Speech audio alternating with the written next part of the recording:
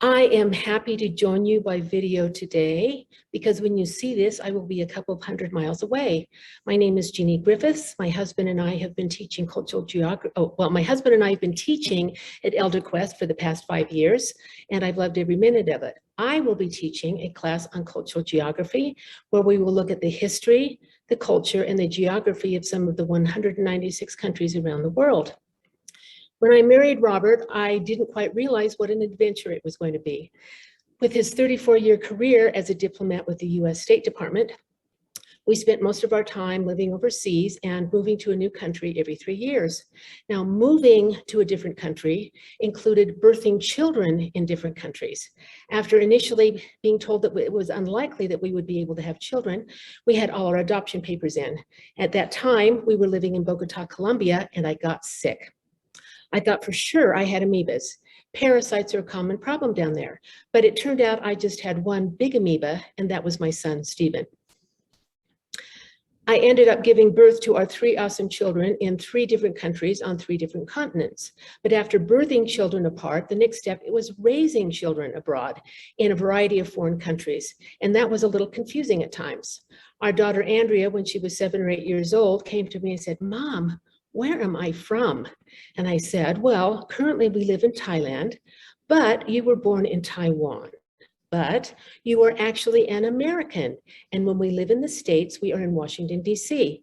Actually, your dad works in Washington, D.C., and we live in Northern Virginia.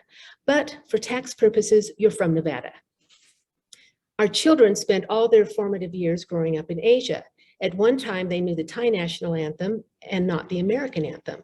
Later, we had our own secret family language since we all spoke Chinese. After so many years abroad, finally, we moved back to DC for a 3-year stint when my son was starting high school. He came home from school and said, Mom, what's everybody talking about? What does it mean, homecoming?" He drove the car to school one day and got a ticket for parking on the sidewalk. And how can you blame him? We had just come from Shanghai, China, where at that time, everyone parked on the sidewalks and routinely ran through red lights. We have lots of friends who, like us, have spent most of their career living overseas. One American family was quite pleased when their son, who had never lived overseas, was called to a very foreign mission.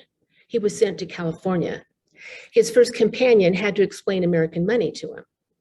We have other friends who spent most of their career in Thailand, where their kids grew up with a live-in maid. When their mom said to her daughter, "Now that you're going off to college in the US, you're going to need to learn how to wash your own clothes."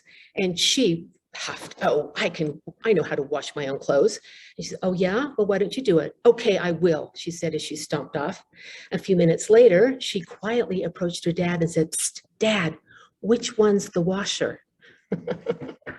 We have other friends who spent their whole career in the Middle East. They were the first diplomatic family into Kuwait after the war.